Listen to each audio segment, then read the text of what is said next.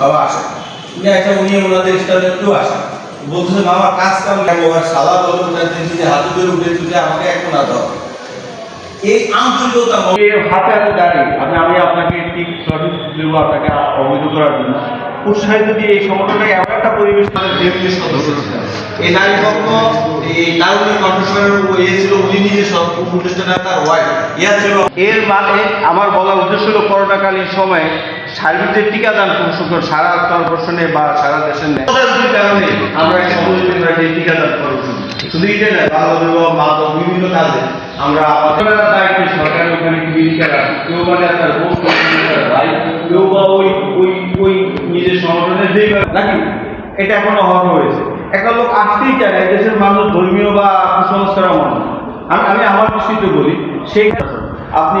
একটু মনোনিবেশ করলে তাদের এই দাম্ভিকতা এখনই সমান তার দায়িত্ব তার টেবিল তার অভিযোগ